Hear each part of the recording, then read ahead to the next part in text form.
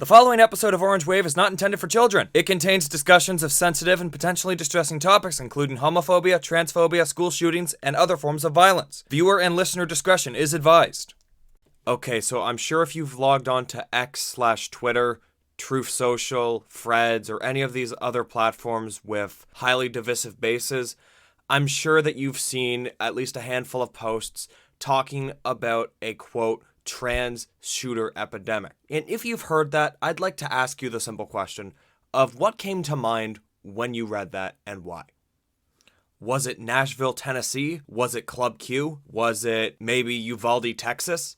Or was it some more recent one?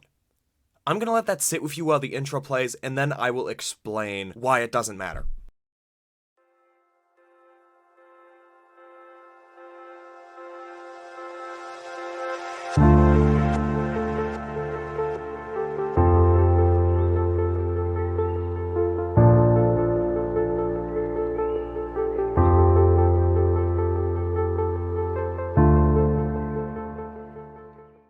Hello and welcome to Orange Wave, the series discussing progressive news, culture, and all things related to the NDP. I am your host, Will Adams, and as I established before the intro played, you probably had a very specific shooting in mind when I asked which came to mind, whether you believe in the trans shooter epidemic theory or not. I won't say which one I personally had in mind because it isn't relevant. I could have made this short episode back during Nashville, Tennessee, and it would have the exact same results. But during Nashville, Tennessee, I didn't want to park my ass in front of a microphone because this definitely would be a lot more controversial and sensitive when it happened. Mainly due to the fact that it had a religious angle and it got the Christian community upset, which makes sense. I'll explain shortly why this is an episode I could have made months ago. But what I will say, the event most recent to this episode was a shooting in Perry, Iowa, where someone ended up shooting up the place, fatally wounding one and harming several others. I will not actually talk about that one in particular because I do not know all the details about it like I do with these other ones that I will be talking about. And I'm not going to mislead people by pretending that I do know the full context. I'm just using it as a segue to give context and spread awareness to something that I see as an issue. Okay, so why am I actually talking about it? Well, that's because the right-wing establishment media is claiming that the person who shot up the school in Perry, Iowa is gender diverse in some way, and thus is using that to push a bunch of rhetoric saying that trans people are dangerous and they commit more crimes and shootings and they're coming after the children and so on and so on and so on. But that person that killed, first of all, look at this guy. He's in the LGBTQ community. By the way, when the cops showed up like a coward, he shot and killed himself. But you know, he was transgender fluid. And then let's look at this pattern. Remember the Colorado Springs shooter a while back? Anderson Lee Aldrich, non-binary. Remember the Nashville shooter, the Audrey Hale, transgender. Aberdeen, Maryland shooter, Snowchi Mosley, transgender.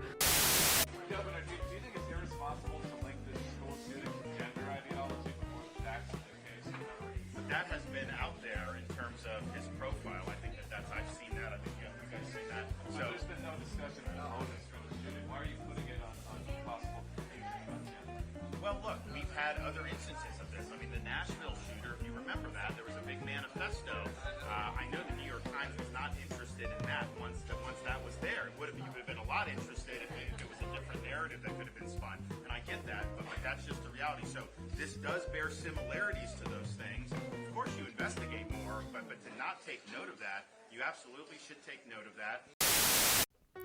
The right-wing establishment media, with its very open and non-discreet agenda against trans rights, is framing this in a very specific way. They want to establish a new stereotype to utilize alongside their other talking points and stereotypes. They want the script pre-written for any situation involving gender-diverse people. So that way, everything, all the time, can be the fault of the trans community, no matter what happens.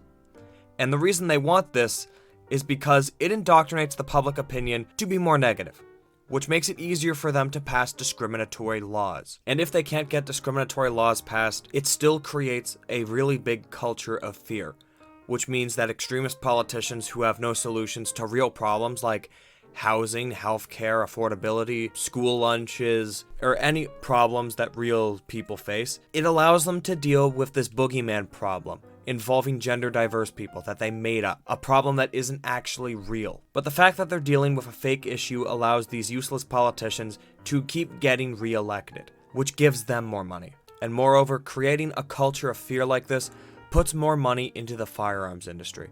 It puts more money into the pockets of the right-wing establishment media as they are able to get these interviews, which drives up their ratings. And ratings in cable news means money. Ads in internet news means money. But make no mistake here, we have seen the huge extent of the lucrative possibilities that transphobic rhetoric can offer to people since circa 2021 with the rise of people like Kaya Raychik, the operator of the Libs of TikTok social media personality. I'm actually writing an entire episode about this person, and it is going to be a really long one. I want to properly shed light on the fact that the blood of gender diverse youth and peoples in general are on her hands, and how she is responsible for helping create the culture of fear that we're discussing right now. So I won't get too much into her specifically, but what I will talk about is the methods that she utilizes, because it is relevant here. The strategies that Kaya Raychik utilizes has had a big influence on the mainstream conservative news industry. That is because the overwhelming majority of the news media, whether they are left or right, are like any other company or organization out there. It's a business, one where money is always in the picture. The news media has two priority goals in mind when they write, type, or broadcast. Their first goal is to get you to tune in to the next broadcast, because it makes the whole endeavor profitable to begin with. And the way they accomplish that is second to it. Their goal after that is to entertain you.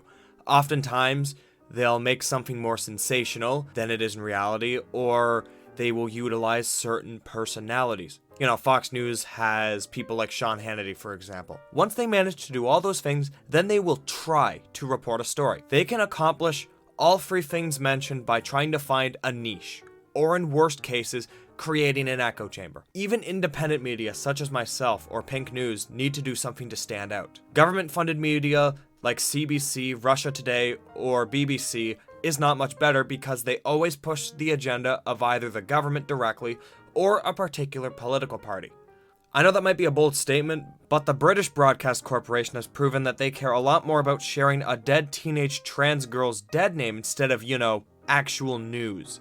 So what about Kaya? What does she actually have to do with this?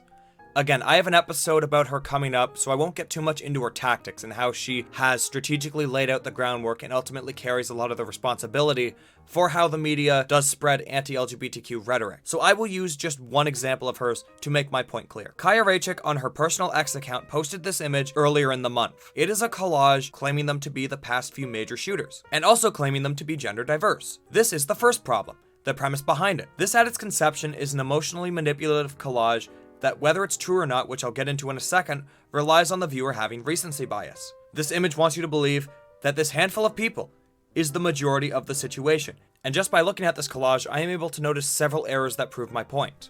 Let's start off at the very top. We will talk more about the Colorado Springs shooting in a future episode. However, what I will say is that including Anderson Lee Aldridge alone proves my point, because it's dishonest and it's designed to make you angry. Anderson Lee Aldridge is not non-binary. He was not transgender.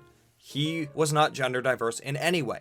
That was a lie that him and his lawyer made up, so that way they could soften the blow of charges. He was as far right as they come, and his grandfather also served under Donald Trump. Moving on. The Denver shooter that they chose to put here was also deliberately chosen to mislead you and make you angry. First off, because the Denver shooting actually had multiple shooters. This person was one of two, and this person wasn't even gender diverse in the first place. The other guy who was involved is trans, but they decided to put this guy in the image instead, despite the fact that this guy is not trans. Why did they put this guy in the image? I'll tell you why they put him in the image. Because it looks better for propaganda, because he has weird looking hair.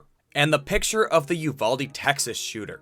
This person is not a shooter and has never been a shooter. The photo used in this collage was a transgender woman that the right-wing establishment media took off Reddit without permission, I might add, and then they decided to make it some weird spin and claim that Salvador Ramos was this person and also a trans person.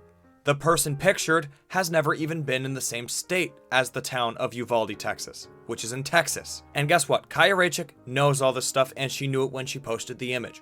She is aware that there is misinformation about 3 of the 5 people on the image. She is aware that the image is invalid in the context of education because of the fact that it has misinformation on it. As always with Kaya, no apology, no correction, not even a simple redaction and pretend it didn't happen. As of recording, you can still go onto her X page and find this collage posted. My question to the right-wing establishment media is simple, and if you can answer it without rhetoric or a narrow worldview, then it's a simple question to answer. If there is an epidemic of trans shooters like you so claim there to be, then what do we call the overwhelming majority of shootings that happen throughout the year besides the ones you have decided to cherry pick? The ones that are committed by cisgender people, usually male, who are Republican and have an AR-15. People who in their manifestos have said that they follow the right-wing establishment media. Cisgender people in America doing major shootings alone in between the years of 2018 and 2023, they did it 942 times more than any gender diverse person did. What do you call that? Although this episode was just a quick response to something I saw as an issue, there are more episodes coming where I'm going to talk about this issue because this is an issue worth talking about. I have not seen anyone talk about this issue in a way that I see satisfactory, so I'm going to talk about it. I'm going to bring attention to the people who are telling outrageous lies about this, who are doing so in an effort to create a culture of fear, so that way more money can be put into the firearms industries and to their pockets. A bunch of diabolical people is what these people are, and that is what we will be talking about.